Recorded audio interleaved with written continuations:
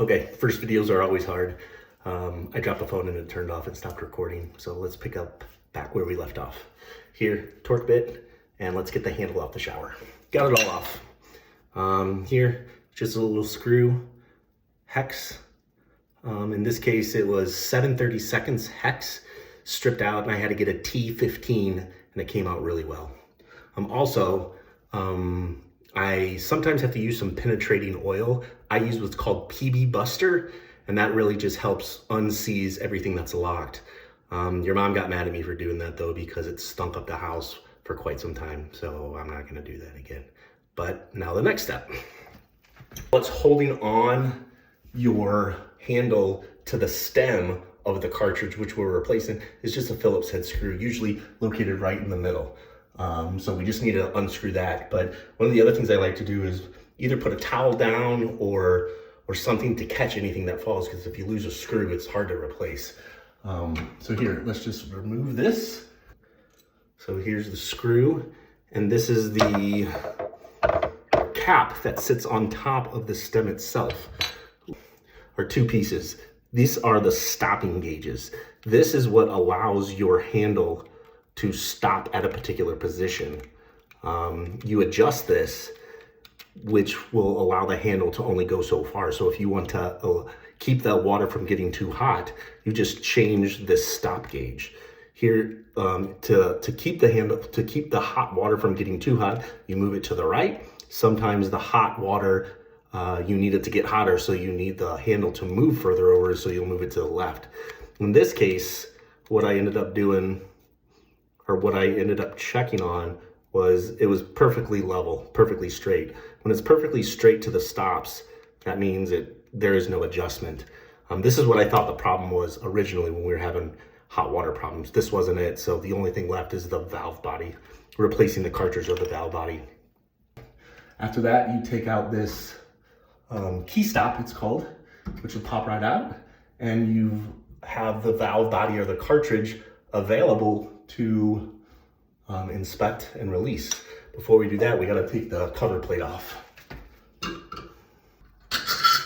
These are just long screws that screw directly into the valve body, it's called, of the fixture. Have you get a good look of this? So this is what we're looking at now. So this is where the screw came out of. This is the cartridge that we're gonna take out. Here's the hot water line, here's the cold water line, and this is the line going up to the shower. So as you can see, everything is copper pipes and it's sweated in, which we have solder connecting all these.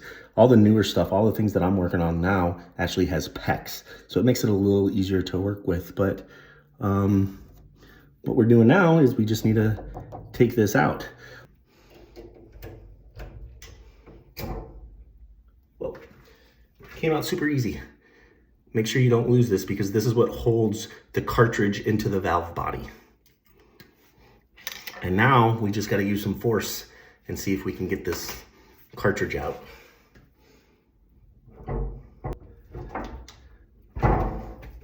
So it's seized, so it's a good thing I got that stem puller.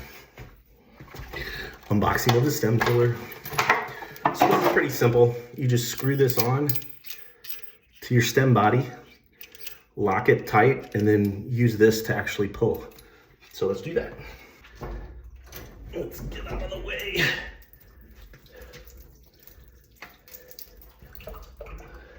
Gotta let drain the water out so it doesn't really get behind the door, and let's just hope. Nice. Inspect your hole to make sure nothing was left behind, which this was. I think this was our culprit. It wasn't attached. This was not attached to the back, which doesn't allow for regulation. So this is basically a mixing valve. This sits in the valve body. The water itself is coming up this way, right? And then this side feeds the hot water. This side feeds the cold water, goes through this mixing valve, basically the hot and the cold, and then it comes out to the shower. So this is where the mixing valve is on the hot. This is where it's at the cold, and these look fine. The hot side is a little hard, and it's rubber. It's not supposed to be hard, but it's that back piece. The back piece was missing, so the water wasn't properly being controlled by the stem valve. So let's go ahead and take this off. But let's get the new piece installed. Here's what it looks like with the valve all taken out. Everything looks good in there. Whoops. Let's get the new piece installed. Cartridge. I mean, it looks like the exact same piece, kind. The new retention clip and some grease. It's very important to grease up all of the valve stems, valve rubber pieces, I should say. So here, we're gonna wanna grease up all of the black pieces on both sides. Look, oh, and that piece is nice and secure. I guess that is really the problem. Whoops. So here you're just gonna wanna dab a little bit there, dab a little bit there, dab a little bit there, and just grease it up. Plastic piece that comes on this is typically used to help take out the old one. We didn't have to do that since I had the stem puller. But in this case, all you really have to know is, can you see the writings on the top? It says HC. Just make sure that's in the top position. And then you just insert it. Well,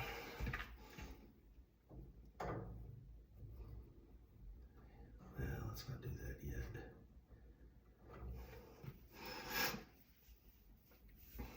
Let's put the decorative piece back on.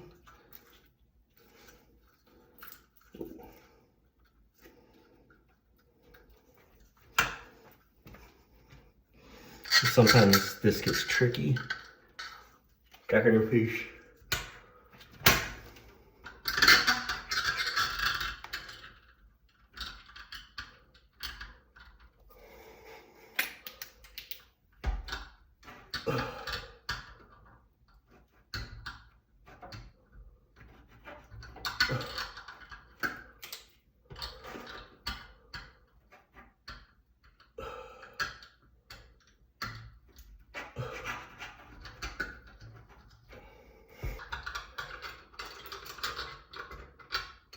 So since I can't see this time because the key stop's in, you kind of gotta just put it in as straight as you can and hopefully get it near the hole and just start screwing so that the threads will catch. Luckily it worked out for me in that case. Here we go. Now we need, put the 2 gear hot water valve stops back into place. It's always easier to install it how you want it outside of the valve body. So again, remember, both of them need to be in the 12 o'clock position. If you want the maximum capacity of hotness, you can always dial down your water heater to be not as hot, but Charlotte, I need to go upstairs and fix your shower. I think this is what the problem is. Another day. So install this. Install this back. Let's see. So make sure this key stop piece is always to the left of where you aligned the 12 o'clock position. So really this is gonna be in like the 11 o'clock position. Right, like that. Let's screw this back on.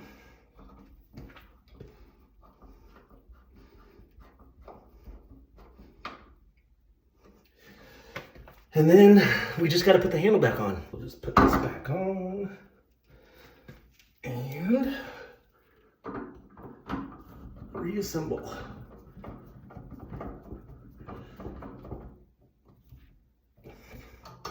There we go, all done. I just need to go turn the water on in the basement and see if this all works. If it does work, then that's the end of this video. If it doesn't work, I will add on to this, but keep your fingers crossed that this fixed the problem and you don't see another video.